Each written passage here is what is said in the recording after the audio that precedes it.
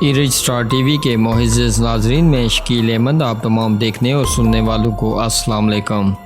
ناظرین، آزاد کشمیر کے عام انتخابات میں مسلم لیگ نون کی بدترین شکست پر نون لیگ کی مرکزی قیادت سخت ناراض۔ راجہ فاروق حیدر خان کو پارٹی صدارت سے ہٹانے کا فیصلہ، مشتاق مناس، شاہ غلام قادر اور طارق فاروق میں سے ایک کا قرار نکلنے کا امکان، مشتاق مناس فیورٹ۔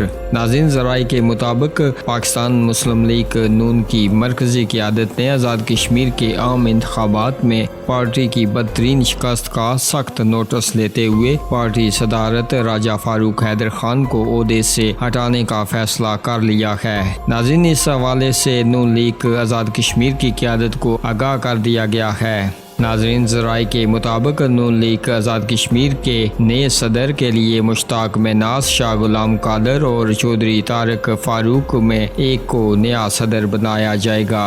نون لیگ آزاد کشمیر کے چیف آرگنائزر راجہ مشتاق مناس صدارت کے لیے فیورٹ ہیں۔ ان کو مرکزی قیادت کی اہم شخصیات کی حمایت بھی حاصل ہے۔ ناظرین، جبکہ فاروق حیدر اور نون لیگ آزاد کشمیر کی قیادت پارٹی کے سینئر نائب صدر چودھری طارق فاروق کے حامی ہیں۔ ناظرین، نون لیگ کے ایک سینئر رہنما نے میڈیا سے رابطہ کرتے ہوئے بتایا ہے کہ نون لیگ آزاد کشمیر کی موجودہ باڈی کی مدت پوری ہو چکی ہے۔ موجودہ تنظیم 3 سال کے لیے بنی تھی، جبکہ موجودہ باڈی کو 10 سال سے زائد ہو گئے ہیں۔ نئے الیکشن آئینی تقاضا ہے۔ پارٹی کی مرکزی قیادت نے آزاد کشمیر میں مسلم لیگ نون کی تنظیم نو کا فیصلہ کیا ہے اور کسی بھی وقت ساری تنظیم تحلیل کر دی جائے گی۔ تنظیم سازی کا الیکشن کے نتائج سے کوئی تعلق نہیں ہے، یہ آئینی ضرورت ہے۔ پارٹی الیکشن میں ہر ایک کو کسی بھی عہدے پر الیکشن لڑنے کا حق ہے۔ صدارت کے لیے الیکشن ہوں گے اور